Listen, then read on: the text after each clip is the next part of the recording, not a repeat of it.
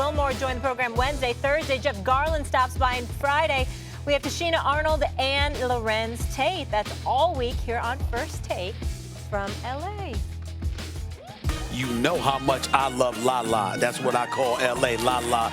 Make no mistake about it. L.A. has been very, very good to me. Y'all want to see Kawhi Leonard and Paul George up against LeBron and Anthony Davis. I'm not just saying it because I want to be in L.A. I'm not just saying it because I wanted an excuse to be in L.A. I'm not trying to go there. Zoom in. LeBron, I am so happy that you went to L.A. I got a tear in my eye. It means the world to me. Zoom out. This is a beautiful thing. It's a beautiful thing. I'm loving it. All right, welcome back into First Take. Stephen A. certainly happy to be here in the city of angels and the sunshine. Great to have Michael Irvin until I saw him here with us. Yes. And we're all fired up. We've been talking about a lot of good NFL, obviously the Cowboys, Aaron Rodgers, but we're really here for the NBA. Oh, yeah. We're going to be talking about triple doubles, all that good stuff tomorrow, Lakers, Clippers. But how about what Lamar Jackson did, throwing and running his way to a double-triple yesterday in a win over Seattle, throwing for over 100 yards, rushing for over 100 yards, his third time this season, balled out for his 11th win since becoming the Ravens starting quarterback in Week 11 last year, tied with none other than Russell Wilson over that span, impressing teammates and opponents alike. It's the best feeling in the world. Shout out to my teammates.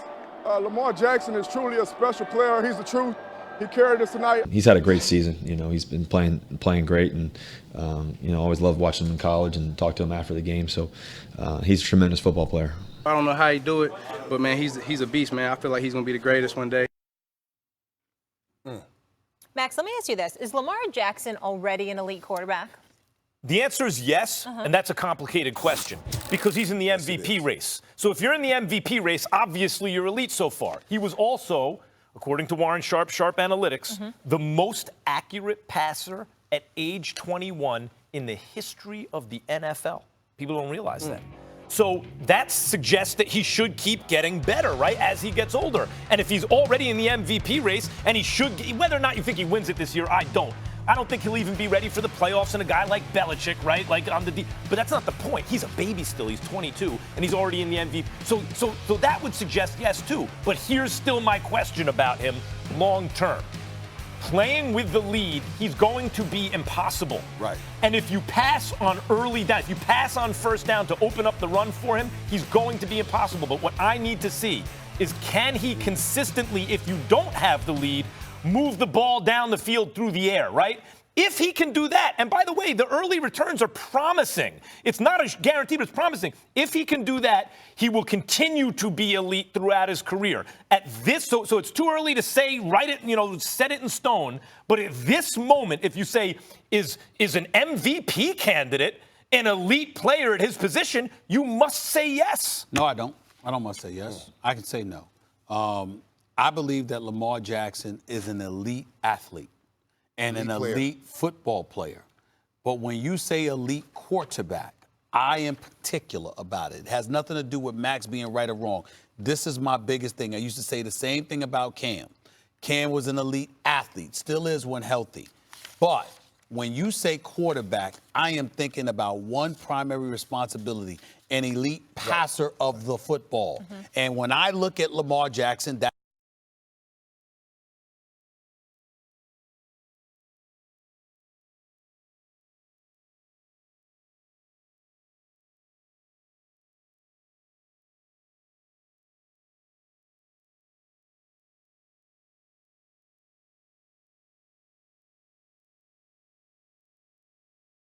and I judge you as a quarterback, here's my criteria in playmaking, and then I'll give it to you.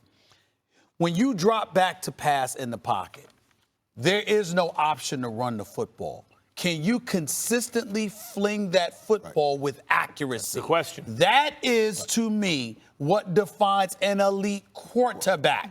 We cannot say that about Lamar Jackson yet. That's why I don't give that to him. For years, I would have conversations with people, and even like Donovan McNabb, because remember we talked Peyton Manning and Tom Brady, and we talked pocket passer. And I would grab those dudes and say, man, listen, Do you think if Peyton Manning or Tom Brady had a choice to have your legs, that they wouldn't take those legs and use them? You know what I mean? Because we made it seem like it was a bad thing if you were a quarterback and you could run. It's not. It's not a bad thing. It's a great thing. Got hoodwinked. It's a great thing. Hoodwinked. Right. Everybody got hoodwinked. Now, me personally, as a wide receiver, I don't want my quarterbacks to have legs. I don't want you to have legs. I don't care if you're throwing from stubble. Just make sure you throwing. Because every time you run, my kids don't get shoes. My kids don't feed. So I don't want that. But now does that? So you had the perfect quarterback. I had the perfect quarterback. But for what we do now, for what we are doing now in this league, when it's a passing lead, everybody wants to throw. And Max, both of you are right. Max, he's an incredible runner with the football, incredible runner. And he's learning how to throw the football. But if you ever get him behind the sticks, then everything changes. Everything changes. When he learns how to play from behind the sticks. Can he learn to do that? What do you think? Yes, he can. Yes, he can. And let me tell you why he can. Because he's in the right environment to learn. He's not in an environment where they're trying to make him do something somebody else is doing. They're not trying to make him Tom Brady. They're not trying to make him Peyton Manning. They're saying, we're taking your skill set and we're going to keep expanding and expanding upon it. That's why he will become that elite quarterback one day. But right now, he's just a bad man playing quarterback. Can I ask you this? Because they're 5-2. They're first in the AFC North, so I should be referring to them just like your Cowboys as the as the first place Ravens. First place Ravens. But he's got a tough schedule. He's got the Patriots next week. Then he's going to have the Texans coming up. Rams, I know they haven't been as great. And then the Niners, who have been undefeated.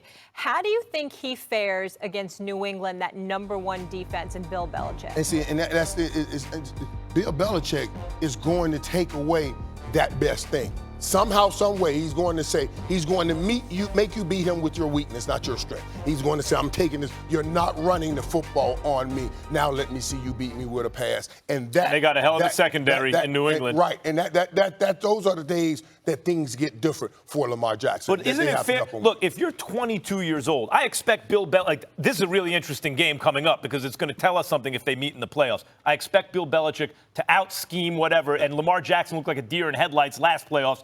22 years old, you're not ready yet to take on Belichick. I think he doesn't win that game. But at 22, he might get there. Yeah. 22, doesn't that suggest that the things are going to come that you want to see come? Yeah, but let me tell you one thing that they could help Lamar Jackson against Belichick that they didn't have last year, and that's that kid Marquise Brown. Now, because everybody comes on up here and says, let's stop this run. That dude over there, the way he runs, and Lamar Jackson can drop back and just hit him a couple of times, boom, boom. Then we got to start playing backup ball, and Lamar gets to do what he wants to do all over again. He didn't have that last year. Yeah. He didn't have it, so they did a great job of adding that. Antonio Brown's cousin, right? Man, yes, he is Antonio Brown's cousin. We need to work AB in this thing. Right. Yeah, way to work it in. That's right. He is Antonio Brown's cousin. Mr. Antonio Brown should go to the Cowboys. By the way, I didn't necessarily disagree with you about that. See, well, listen, and I said that, guys. Understand what I'm talking about here now. Amari was hurt. We all saw what the Cowboys looked like at the beginning of last year without Amari Cooper. Now, I know that a lot of people still upset at what was going on with Antonio Brown. I was thinking purely football. Okay, fine. Think football.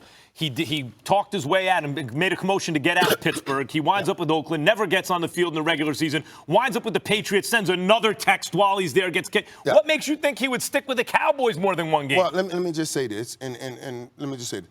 I thought Antonio Brown, he didn't make any issues in the locker room when he was with the Patriots. Mm-hmm. Now, as a matter of fact, when they got rid of him, all those other players. It was like for 3 days, Michael. Okay, but it was three good days. You're right.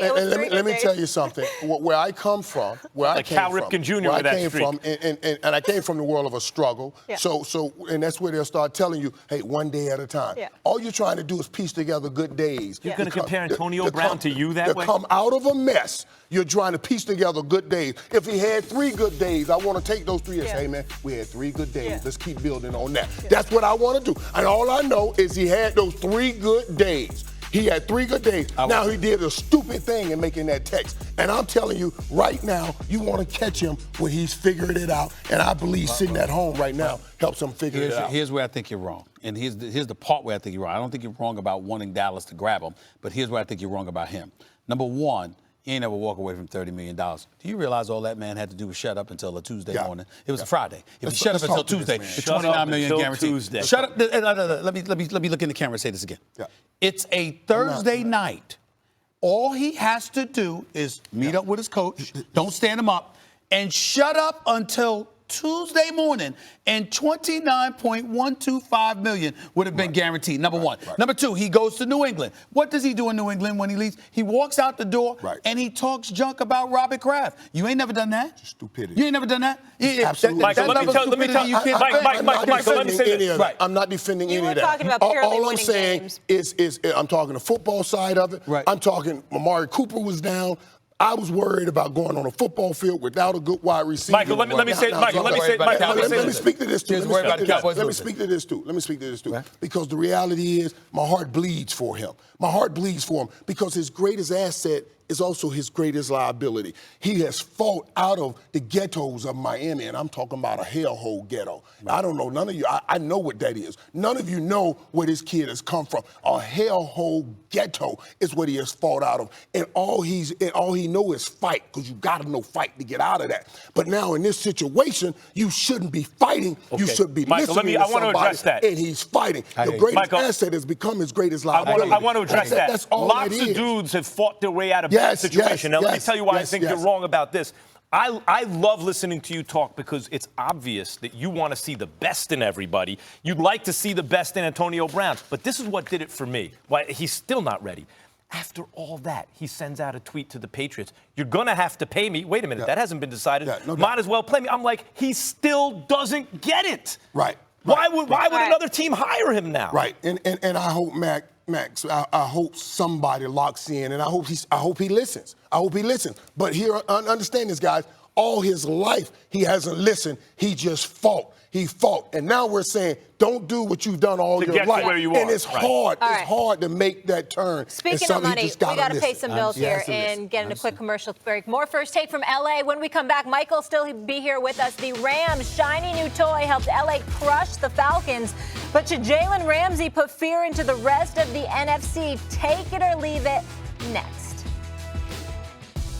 The most anticipated NBA season in years, and First Take is all over it from LA. We'll be joined by special guests and a live studio audience. Who will be the king of LA? First Take tomorrow. Don't miss it.